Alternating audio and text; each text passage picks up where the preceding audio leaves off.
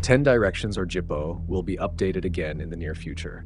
And yeah, there are at least 2 points for our discussion this time. First, about Jippo, which will be updated in the near future. And second, Jippo's Shinjutsu is not as weak and bad as we think. But before that, Chapter 23 is the best chapter in the Boruto arc for now. Even though we always think that every Boruto chapter in every month is the best. But the main point in this topic is on the singularity of fate, which is obviously very related to Chapter 23. I actually don't know how to describe this perfectly, but at least Masashi has amazed us all with the plot, especially making also Boruto and Ida as a singularity of fate. Even after Chapter 22 came out yesterday, the majority of fans considered the most absolute judgment against Jippo Koji. That is, almost everyone considered Koji to be a liar, a traitor, and such. Even I was also one of those people. I considered that a Shinjutsu ability of a Shibai Otsutsuki inherited by a cyborg. It was something that was not optimal if it was not from an Otsutsuki himself. But for now, I admit that I was wrong. And that's all. After Chapter 23 came out, and I understand now. 10 Direction Jippo, it is a Shinjutsu with the ability to see the future accurately. Who is the person who has that ability? It is basically an absolute ability to predict the future that cannot be wrong. There are no mistakes, and most likely it's 100% accurate. It's just that the majority of the mistakes, errors, or you can also call them weaknesses, are in everyone that Kashin Koji chooses, or at least those he considers as singularities of fate. Do you know who they are? Yeah, exactly. Ida and Boruto. But the fact is also not debatable. If in addition to Ida and Boruto, there are some entities that are certainly not human who can also intervene in the changed future line. But the main point is, if it is only a human, the destiny and prophecy seen by Jippo or 10 Direction is most likely accurate. Koji actually does not have a choice in this matter. In fact, it is supposed to realize an ideal and better future. Koji must choose and determine who is the most ideal person to realize a better ending for the world. But the big problem is everyone must have their own priorities and goals. This is the main point. But before that, maybe some of you don't understand or at least confused why Kashin Koji showed an expression as if he didn't know and was confused by the arrival of Kawaki in Chapter 23, who came to the battlefield and helped Boruto, right? Especially, there are 2 points that become a big question mark.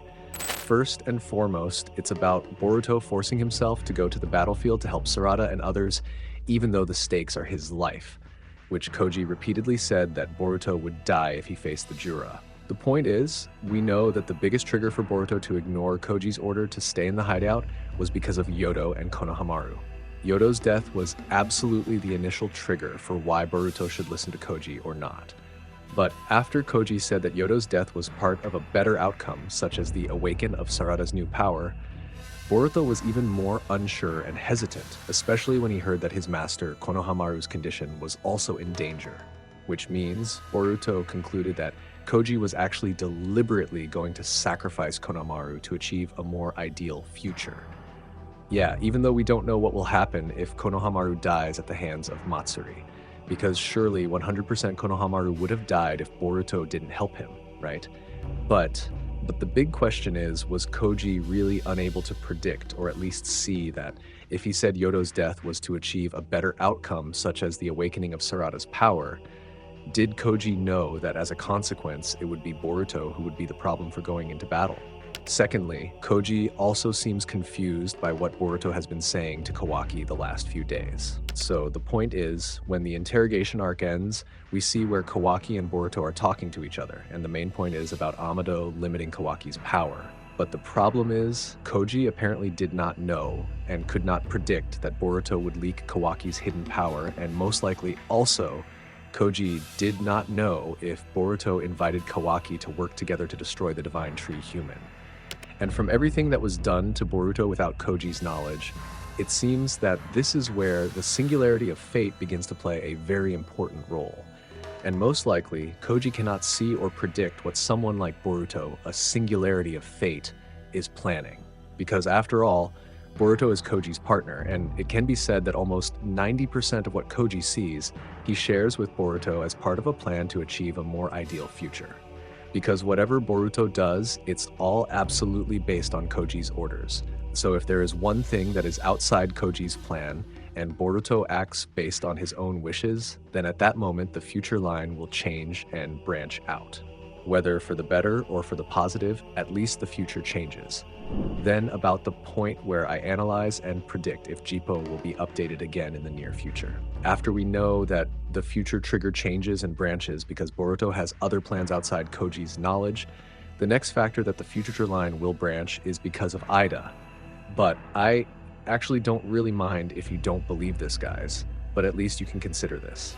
First, we know that Kawaki is now in a mode that can be said to be stronger than before, right? But can it also be concluded that Kawaki is now really at the maximum strength, or at least the same as Kawaki in the first scene of the flashback?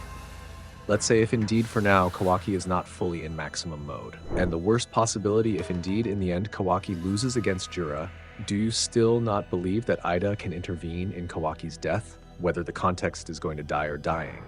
But at least, if the worst possible thing were to happen, Ida wouldn't be able to just watch from afar through her eyes without doing anything to save Kawaki. Because believe it or not, Ida still loves Kawaki, let alone to protect Kawaki on the verge of death if he fights against Jura. Changing the future of a main character like Boruto alone, Ida will do it. So I'm saying that if there's a worst case scenario for Kawaki in the next chapter, Ida will also intervene to make the future line branch out again. And once again, Ida is a singularity of fate just like Boruto and Koji. Ida is currently confirmed to be working with Koji, and to support Koji in achieving the ideal future, Ida will also definitely listen and follow Koji. Even though this might sound like nonsense, it seems that Koji already knows about the relationship between Ada and Kawaki. In fact, Koji also appears to understand Ida's ability to deceive the entire universe by altering the fate of both Kawaki and Boruto. The point here is, Ada wouldn't be on Koji's side without a reason.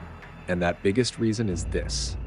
She wants to know and make sure that in the future Koji has seen Kawaki doesn't die. So as the final conclusion, Boruto and Ada are fate singularities who play the most important roles in Jippo.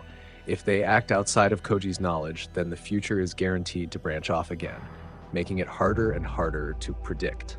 Because after all, both Ada and Boruto have their own separate priorities.